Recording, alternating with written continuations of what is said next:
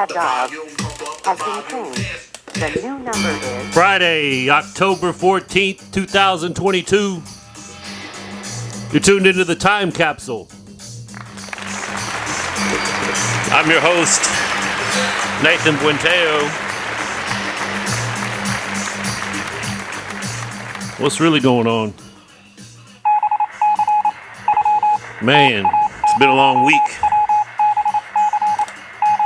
A long week. But we made it through. Let me turn this record off. I'm going to have to find a better system for doing this.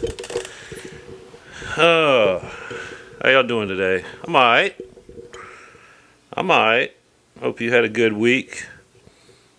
Less stress. Hope it was productive. Hope you learned something. I did. Learned a few things. It's always good. It's always good to be consistently learning. If you find that you're not learning anything, things are stale, maybe it's a good time to move on to a new place or something new, something different. That's what I'm doing with the Time Capsule, trying to get me motivated to expand my horizons, look into new things, just give me a platform to do that. So, what are we talking about today? Well, there's a few things. We'll keep it, brief, but, not too brief. What we do last time, about 20 minutes or so. I was looking to do that again. That's a good roundabout time. We'll see as we do this what feels right. Maybe we'll go over that. Maybe we'll go under that sometimes. You never know. Just whatever, whatever the day, the week brings. So, today learned about rocking pair of blue jeans that auctioned for over $80,000. Did you hear about this? $80,000? Would you pay $80,000 for a pair of blue jeans? I mean, for this pair of blue jeans, if I had the money, I would. I would pay that. I'd pay more. I thought they were going to sell for more, to be honest. This was a pair of blue jeans from the 1880s. Now, I don't know how much you know about blue jeans. Do you know about blue jeans? You got some expensive jeans in your closet? I don't know. A lot of people do these days. Designer jeans. It's become a huge industry. Do you know who invented the blue jean? Or technically, what we know today is blue jeans. That would be Levi Strauss and Company. Levi's. Inventors of the blue jeans. Now, they already had, from my understanding, denim work pants back in the day, but just like anything, just sometimes stuff needs improvement. Dudes were having blowouts in their britches. You can't be having blowouts in your britches trying to mine for gold. So they needed something a little tougher, a little rougher. So what Levi Strauss and Company did is they inserted the metal rivets into the jeans, made them a little tougher, a little sturdier, a little better work pant. Got to be really popular. Levi Strauss took off. And now we have blue jeans. I'm wearing some today. Who makes these? I don't even know who I'm wearing right now. Somebody. Jeans. They're comfortable. That's why we like them. They age well. They're like just like anything else, organic. They're made from organic materials. Cotton. So this pair of blue jeans, as I said, was actually found in a mine. I don't know if it was a gold mine or what type of mine it was, somewhere in Northern California, I believe. This pair of jeans was found. Blue jeans were invented, technically. I got to find a new word for that. I'm using that too much. In 1873. 1873, when Levi Strauss and Company, believe that's when they were granted the patent for the blue jeans that they came up with. This pair of jeans, I don't know how how this dude left them in a mine shaft. I don't know what was going on down in there. Some broke back mine shaft, and lost his pants, lost his britches, lost his drawers. Somebody found his drawers and made $80K. How about that? They look just like some pants you see at the mall too. They're kind of like dark. A dark denim. I don't know. A little blowed out in the back, actually. So, what do you do with that? Do you send them to a museum? You frame them, put them in a shadow box, put them in your living room. You wear them. No. We'll find out. So, did y'all eat yet? Did you have dinner tonight? Where'd you go? What'd you have for lunch? That's always a topic of discussion in my office. Where'd you go? What'd you get? We want to know. We want to know where the good places are at, right? I went to a pretty good place today. Let's see. 1 to 5 stars. Everybody knows the rules. Not really. Not yet. We haven't made the rules up yet. I give this place 3 3/4, 4 stars. It's alright. This is Gus's world famous fried chicken. If you haven't been there yet, it's on Washington Avenue near downtown. Been craving good fried chicken lately, and I think somehow Houston's gotten a reputation for having good fried chicken, but it's not as easy to find like as barbecue is on every, or Vietnamese food on every corner. Fried chicken, I mean, even the cheap fried chicken places, I'll settle for one of those, but they just closed the churches down the street. It's like, man, I got to go to if I wanted churches, I got to go to the gas station by the freeway on Scott Street. I don't want to go in there. So I tried going to, what's the famous place by U of H? Frenchie's. I tried going to Frenchie's the other day. Man, the line was in the street. Cars were lined up in the street. And man, I'm telling you, I gave them 3.5 stars. That chicken was not all that. Maybe I caught them on an off day, but it shouldn't matter, man. You got to be coming with it every day. I had Jollibee fried chicken the other day for the first time. You ever had this? Jollibee? Filipino joint, Filipino franchise. It's located down near NRG, near the Met Center in that area. Yeah, I've been wanting to try that for a while. I got Uber Eats, ordered it, had it delivered to my house. And the unique thing about this, like Filipinos have this thing, their ideal pairing with fried chicken is spaghetti. Yes, believe it or not, spaghetti with like a sweet tomato sauce and like chopped up hot dogs. Yeah, don't knock it till you tried it. It's not bad, and I had a hankering for it, so that's why I ordered it. I was like, you know what, I need some. I want to try that. It was good. It was alright. Would I get it again? Probably not anytime soon, but one day I'll get it again. But back to Gus's. Fried chicken was alright. The pieces were, leg was a little scrawny. Thigh was a decent size. I also ordered macaroni and cheese and some fried okra. Fried okra was good. The mac was a little lacking. It was alright. It had a good flavor, but I don't know. I take that back. At first, I thought the portion was a little skimpy, but I'm always complaining about portions being too big. So why was I complaining about that? It's just because I'm trained to expect some big portion. But I finished it and I was full. I was comfortably full. I hate going. I used to be one of these people. Of course, you're trained when you're little to finish all the food on your plate, and then you go to these restaurants and they give you these humongous portions, and your brain is like, eat everything. You walk out of there like, ooh. But yeah, I don't do that anymore. That's why I don't weigh over 200 pounds anymore. I did it one time. That was crazy. Think about that. Yeah, that's when I was eating all kinds of junk, donuts, and a lot of donuts and ice, lots of ice cream, a lot of fast food, lots of Taco Bell. I used to like Taco Bell. A lot of people knock Taco Bell. I don't think Taco Bell is all that bad, tell you the truth. But I do have a bone to pick with the Bell, and that's on my list today. Taco Bell. They were in the news about something. I don't know. They're bringing back the Mexican pizza, or I'm still not. That was cool. I appreciate that. Everybody likes the Mexican pizza, but it's still not the same as it was in the OG days, because they used to have chopped up green onions on that mug. They don't have those anymore. They don't keep green. They started cutting back on their ingredients to save money. The number of ingredients that they had in the store is stuff that they only had on one item. They're like, we want stuff that we can, that fits on every thing we sell. So they got cut. Didn't make the cut. I guess you can cut them up at home, put them on yourself. That's bootleg. Anyways, but my gripe with Taco Bell is one of the things I like to order there is a Taco Supreme, right? I get it with sometimes a crunchy shell, sometimes a soft tortilla, and it's supposed to come with meat, lettuce, cheese, tomatoes, sour cream.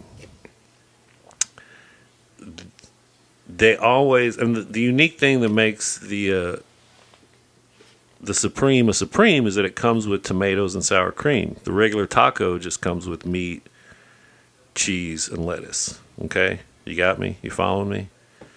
And comment if I'm wrong. If I get this messed up, let me know. But that's my story. Here's what I'm going with right now. So I order the Taco Supreme. 9 times out of 10, they give me a regular taco. They jip me on that, whatever I end up paying. How much is it? It ends up being like an extra, at least 75 cents to $1. I'm sorry I don't have the actual numbers here for you for my story, but it's money. I just figure if they do that to everybody or as many, enough people, they're making a killing. Especially it doesn't happen at just one restaurant. This this has happened at several Taco Bells. It just got to the point where it was weird.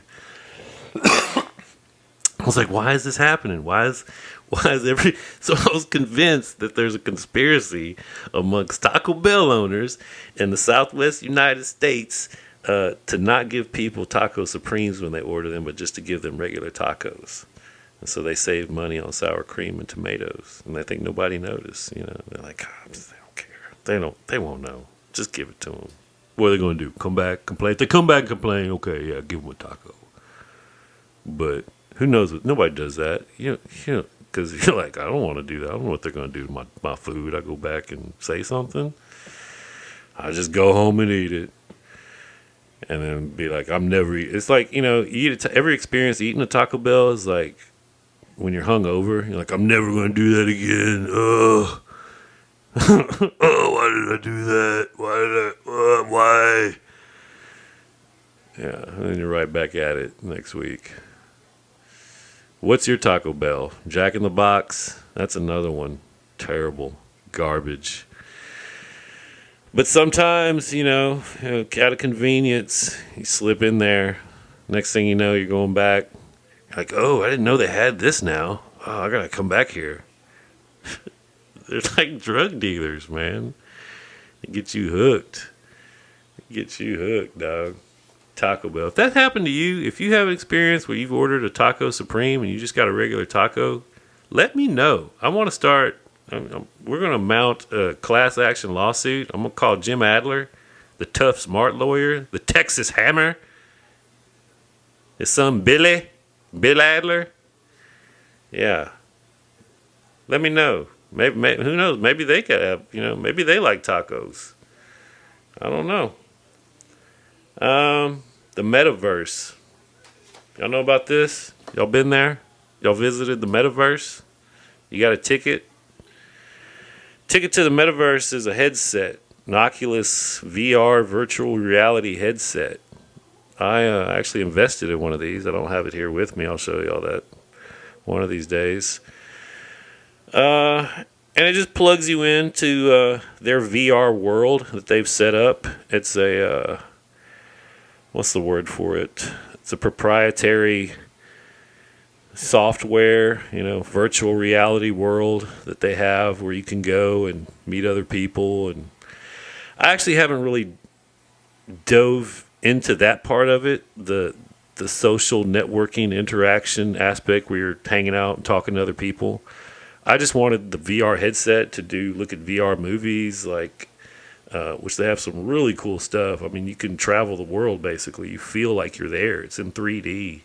And VR games, they have a select few.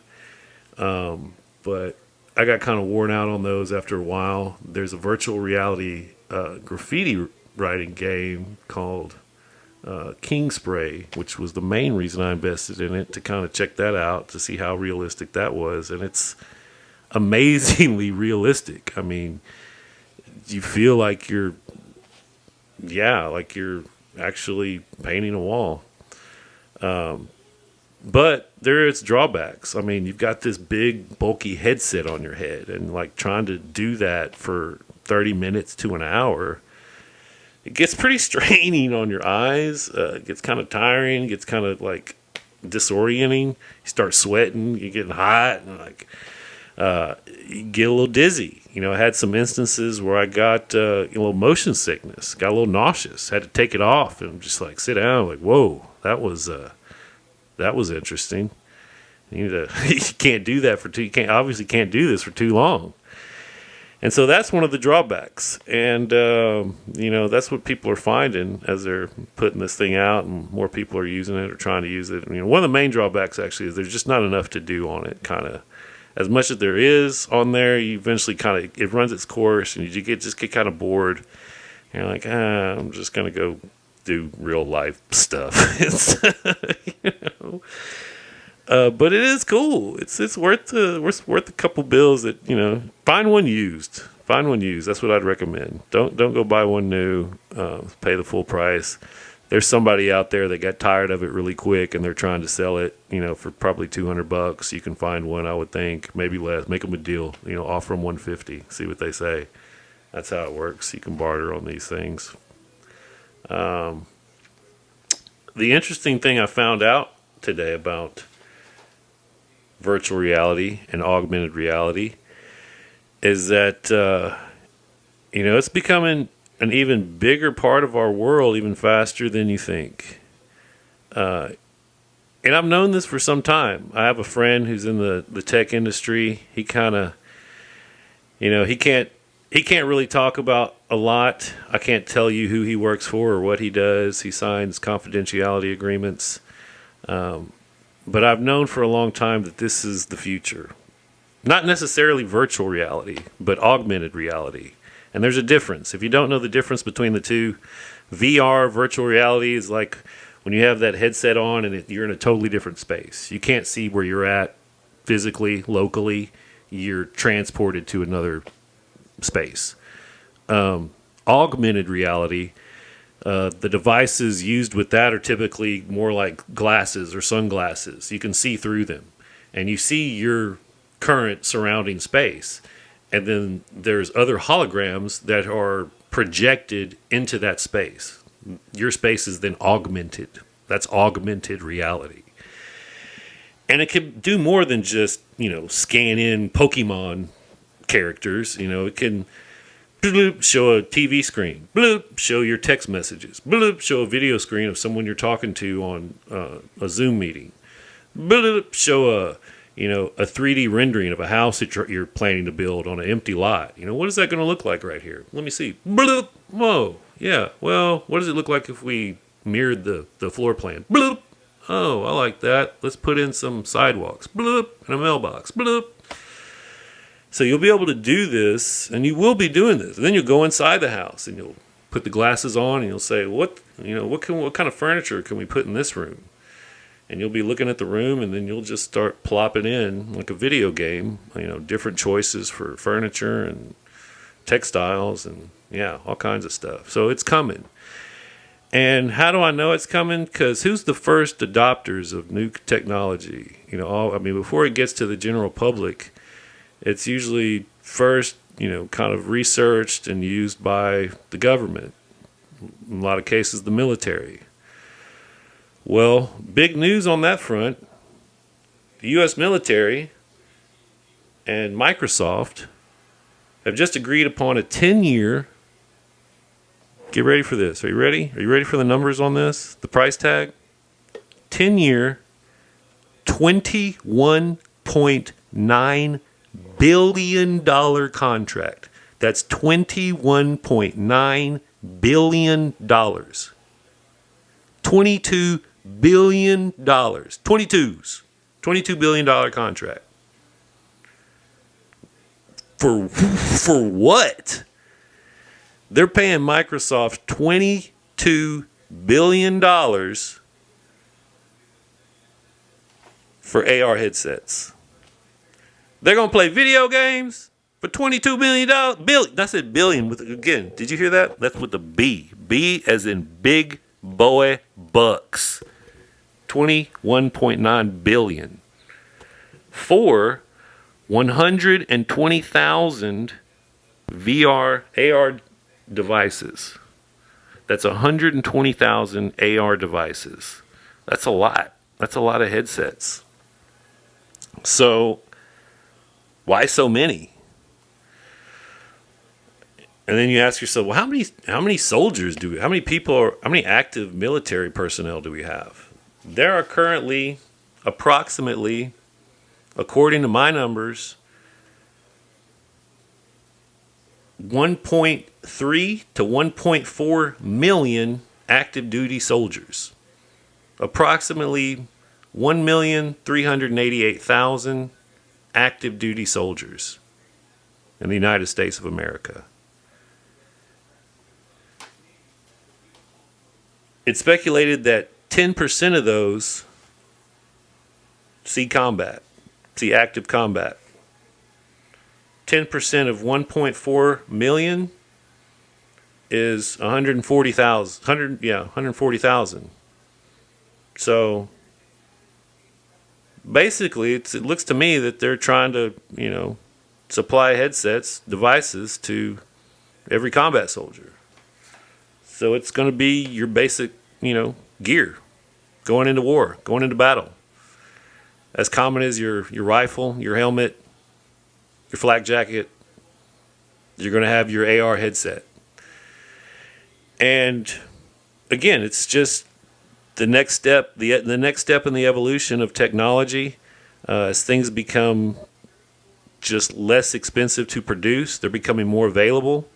That's why I have the Oculus, because most of this stuff's been around for years, for over 10 years. These AR, VR things, but they're thousands of dollars.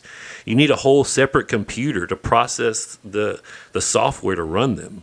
So I couldn't afford one of these things. The Oculus comes out; it's a couple $100. I'm like, yeah, I can buy that. And I mean, I don't know how different or close the experience is compared to these other ones that are like super expensive. But to me, I mean, for what I have, it's amazing. But again, limited. What the military is using it for is, here's the thing, they've already been using it for decades. I mean, I don't know, I haven't seen Top Gun yet, but I'm sure there's examples of it in there, because that's where they're using it. Where they've been using it at is for fighter pilots, and the headsets, the helmets of jet fighter pilots, they have all these augmented reality readouts that help them focus on whatever they're chasing or what they're seeing, help them fly. They see all these digital, that's what they're going to have for soldiers on the ground now. But they're still working out the kinks, it sounds like. Sounds like there's still a few bugs. Again, people getting nauseous. I think there's a glow from the glasses, and that kind of like is not good when you're trying to hide on the battlefield. So a few things, but they're still committed. They've signed the contract. They're like, we're moving forward with this. We're going to go ahead and order these 120,000 devices at $21.9 billion. That's where your money goes, folks. Augmented reality. So check it out, because it's not that it's coming; it's already here. If you're not, if you're not about it, then you're behind. So, just like people were with the internet. Yeah. So, well, that's it. That's my list for today. I don't know how long we've been going, but we had kind of, pretty good rundown of some thoughts. I don't know. This is just, again, one of very few attempts I've made at putting this time capsule together. So we'll see how it goes. We're going to try some different things. I don't want to get bored with it. I want to get more engaged, I think, with other people. I actually already shared my channel with the people I work with. I think they were kind of, I mean, I don't know how hyped up about it they were, but they seemed interested. So we'll see if they stay tuned in, if they subscribe. If you haven't subscribed, comment, subscribe, stay in touch, leave a comment. What do you want to talk about? What do you want to research? I like researching things. Researching information has always been an interest of mine. That's something from early on in elementary school they had us doing, going to the library, doing research. And so once the internet came around and I had this tool to just endless information and to be able to look up things at just the snap of my fingers, it was incredible. But sometimes I run out of ideas. What are we going to look up next? Because it's just possibilities are endless. But you get that paralysis from overanalysis sometimes. So sometimes you need a little something to kind of push through the fog and just commit and go forward. So that's what I'm trying to do. And we've made a step in one direction to make this little time capsule and put some things on record and to have a memory of the 21st century. And like I said, one day maybe somebody will dig these up and they'll have a chuckle and at some of my memories. So we'll see. All right. Well, that wraps us up. So far, we've been doing this every day. Maybe we'll keep it up. I don't know. I didn't. I'll be honest. I missed out on a little bit of sleep. The tough thing about this is editing these videos, splicing them together, and there's really not a lot to do. What am I saying though? There's not a lot of splicing to do. Just like put a couple tags on it and some music, and you're done, right? But I watch them over and over, and I just want it to be perfect. And I'm too obsessive about that because I don't want to embarrass myself. I probably already have, but what the hell? I've done that plenty of times in my life. I'm not afraid of doing that anymore, obviously. So if you'd like to be a guest on the Time Capsule, leave a comment. Let me know what you do. What's your profession? If you're not afraid to divulge that information, maybe that could be a topic of conversation, or maybe you like to talk about something else. Anything. I'm open to ideas. It's a time capsule. It's open to everybody to put in your little piece of whatever that you'd like people in the future to see. So let's do that. All right. Y'all have a good weekend. I'll try to get back to you soon and we'll talk more about what's really going on. Right? All right. This is Nathan. I'll catch you the next time around. All right. See ya.